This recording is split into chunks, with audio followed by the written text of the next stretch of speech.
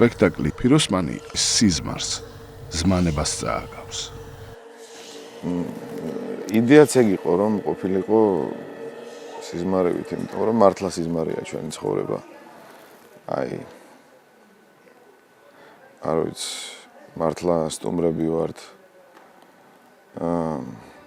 წუთი სოფლის. მართლა წუთია და წამია ცხოვრება. ბედნიერი ვარ იმით, რომ ძალიან ამაღლებული და დიდი ადამიანის ბუნებას შევეხეთ. მუსიკაც, რეჟისურაც გვინდოდა რომ ყოფილიყო ადამიანური. ნაჩვენები რაც არის ჩემთვის ყველაზე მეტად სულ იგივდება იმასთან, რომ ჩვენ არასოდეს არ უნდა დავივიწყოთ, რომ წამია სიცოცხლე, წამია ცხოვრება. ის რომ ადამიანებმა ერთმანეთს სიცოცხლეშივე უნდა მოვეფეროთ და არ მივატოვოთ ერთმანეთი. აი მარტოობის რაღაცა მუსიკალურად თუ რეჟისურით ახსნა, გახსნა, ესეც ძალიან მნიშვნელოვანი ფაქტორია ამ სპექტაკლში.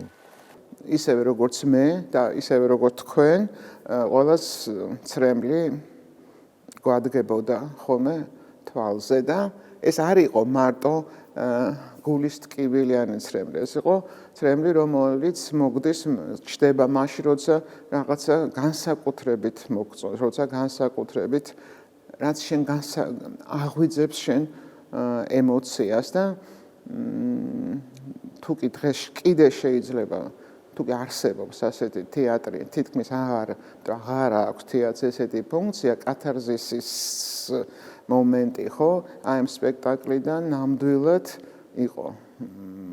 ალბათ ძალიან ბევრისთვის კათარზის და მე რომ საუბრობდით, რაღაცა ემთქვეს, რომ თუ ეს ყველაფერი ადამიანს არ შეცვლის, ეს ყველაფერი ჩაფიქრებს მაინც ადამიანს და სულ ოდნავ მაინც უკეთეს გახდის, ვიდრე სპექტაკლის ნახვამდე იყო.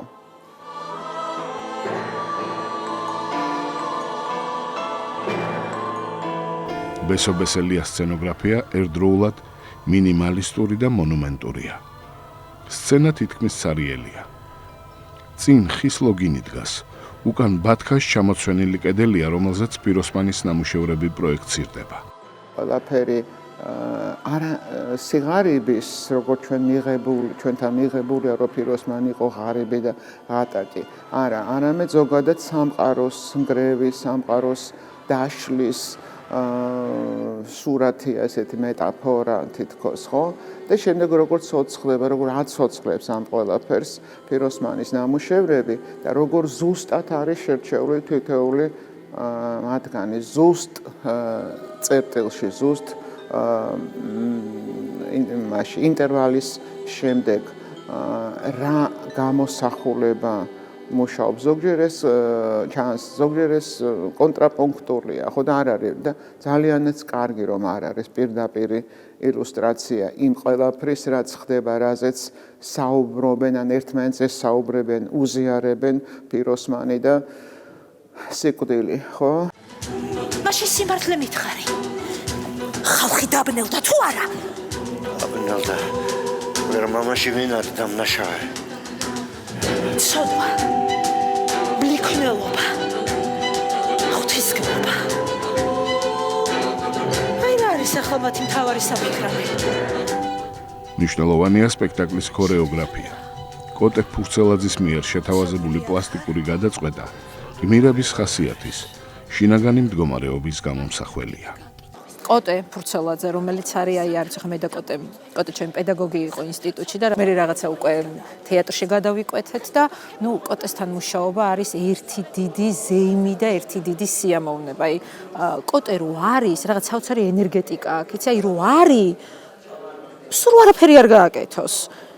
აი რაღაცა ზუსტად იცი რომ ყველაფერი მაგრად გაქვს. აი რაღაც საოცარი სიმშვიდე აქვს და ნუ მე ის შემოქმედებითი პროცესი რაც მასთან ხდება, ჩემთვის არის უდიდესი სიამოვნება და ფაქტიურად მე მიჯაჭვული ვარ იმ ტახტთან და თითქმის სტატიური ვარ, თუმცა ხა იქ არის სცენები, სადაც მიწევს იქ მოძრაობა.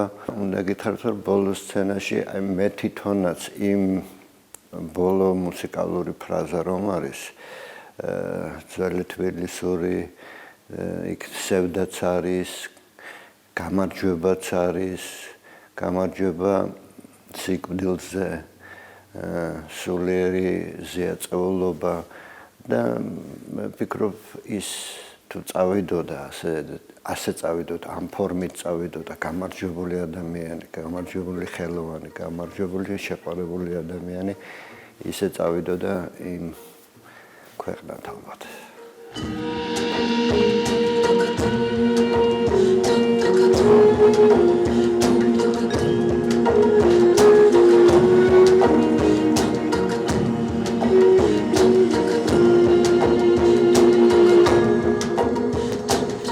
ფინალური სცენა სპექტაკლის კულმინაციაა.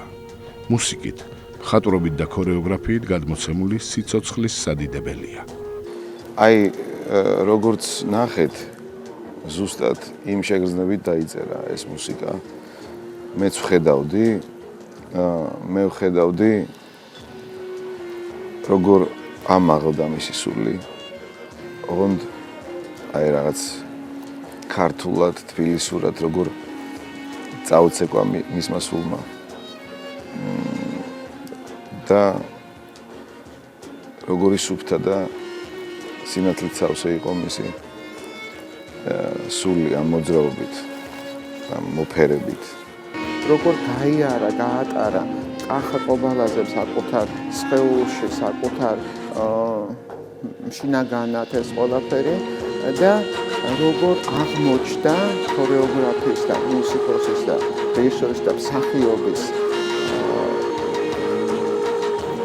წარმოდგენა ალბათ სიცოცხლეზე თუ სიკვდილზე თუ თუნდაც იგივე ადამიანის ამ ქვეყნეულ თუ აღარ ამ ქვეყნეულ არსებობაზე როგორ იქცა ესეთ მართლა კიდევ ერთხელ გავიმეორებ ამ словს დაუჯერებელ სანახაობად საუკეთესო მნიშვნელობით ამ სიტყვის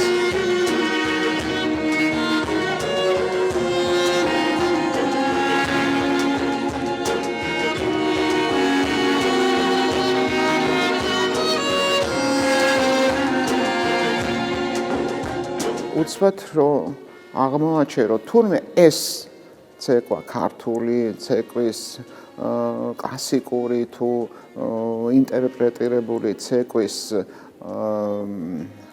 მოძრაობა ელემენტები, ილეთები, როგორ შეიძლება აი ამ ყველაფერმა უცბად მიიღოს ესეთი სახე და იქცეს კიდევ ერთ ძალიან მნიშვნელოვან შენაძენად თუ აი რამ ხელა მნიშვნელობა აქვს ქართული ცეკვის ამ შემთხვევაში ზოგადად ქართული კულტურის არსებობას დღევანდელი საზოგადოებისთვისაც და მე ყოველთვის უნავს ვამბობ ხოლმე რომ დღევანდელი არ აუშავს თავარია მომავალი საზოგადოება ქვეყანა როგორი რისთვის რა დახვდება მომავალ თაობას მომავალ საზოგადოებას აქ ამ კიბის ქვეშ იცასთან უფრო ახლოს ვარ კიბეზევით მიემართება მე კიბეზევით არ მინდა სცენები ერთმანეთს დინამიურად ენაცვლება. გარინდებულ მაყურებელს ენანება ტაშით დაარღვიო სპექტაკლის იდუმალება. ისე აწყობილი, ისე მიგიყოლებს, მიყავხარ თავის გზაზე, რომ არა მარტო პროცესში, დასრულების შემდეგაც კი თითქოს არ გინდა ტაშით დაარღვიო ის შენი მდგომარეობა, გინდა დარჩე იქ. მათთან ერთად და როგორი უცნაურიც არ უნდა იყოს, არ გინდა რომ დასრულდეს. თუმცა, აი როგორც აღნიშნავთ, სულ ელოდები რა იქნება შემდეგ, როგორ განვითარდება, რა მოხდება და როგორ დამთავრდება. ბოლოს ეს შენი მისამართი.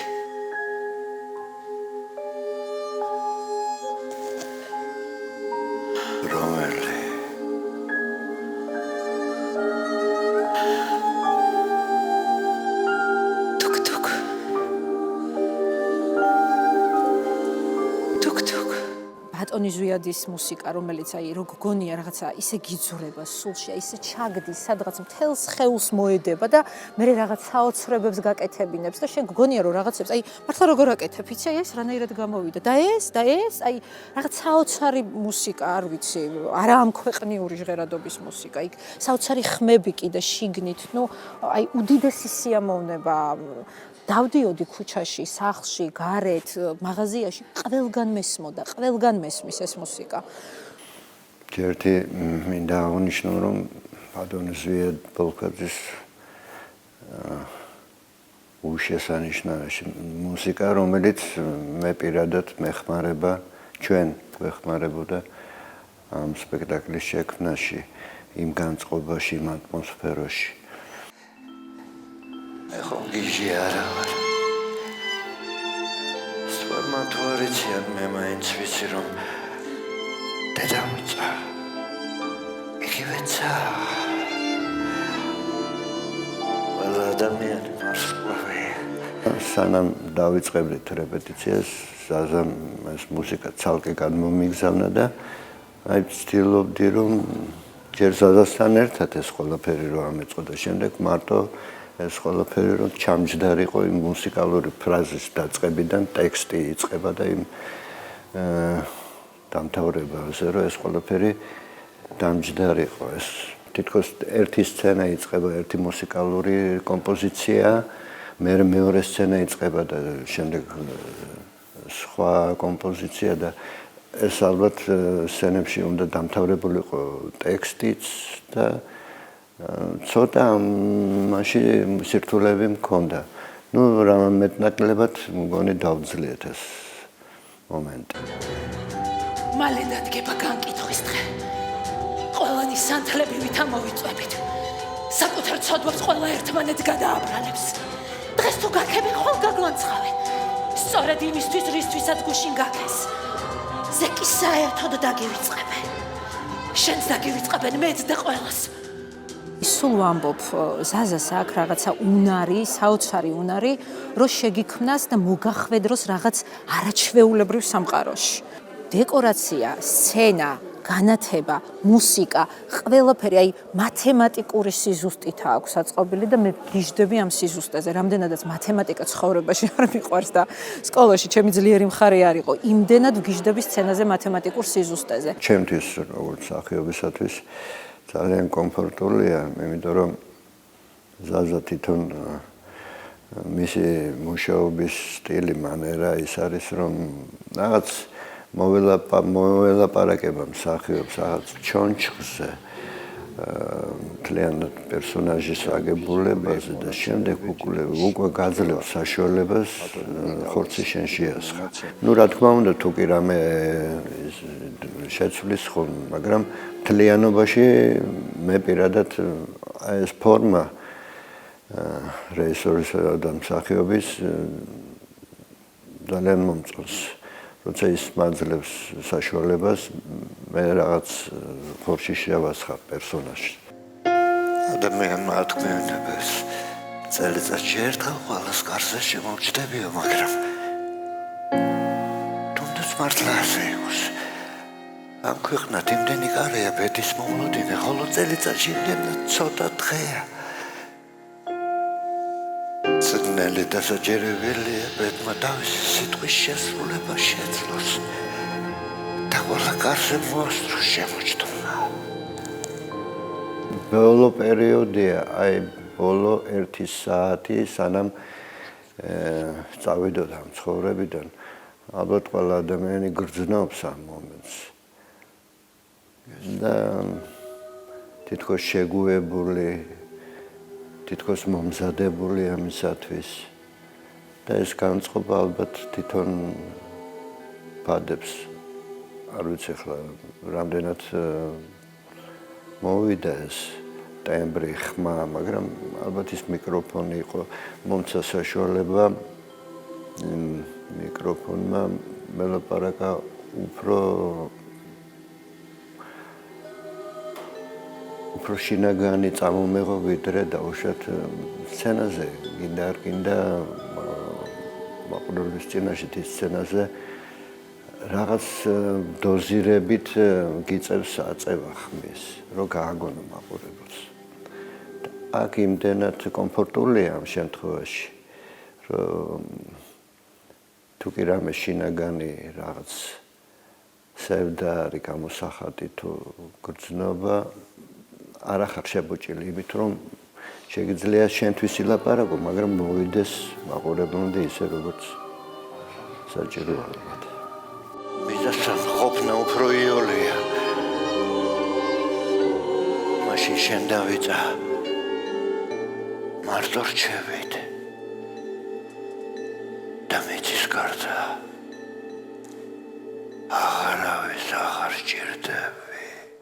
ამ სპექტაკლს, ასეთ სპექტაკლს და მე როგორც ვიცი, პირველი იყო ხო მედეა მათი ერთობლივი ნამუშევარი და კიდე უნდა კონდეს გაგრძელება, ანუ მესამე გასამდესო როგორც ამბობდნენ, ტრილოგია დავარქვათ, რომ ტრიპტიკი, ამ შემთხვევაში ალბათ უფრო კარგი სიტყვა. ამას ჭირდება ძალიან ბევრი მაყურებელი. რა გაგებით? ჭირდება ის, რომ ძალიან ბევრმა ადამიანმა სპექტაკლს არაფერი არ ჭირდება. ადამიანებს ჭირდებათ, რომ ეს სპექტაკლი რაც შეიძლება ბევრმა და ბევრჯერ ნახოს.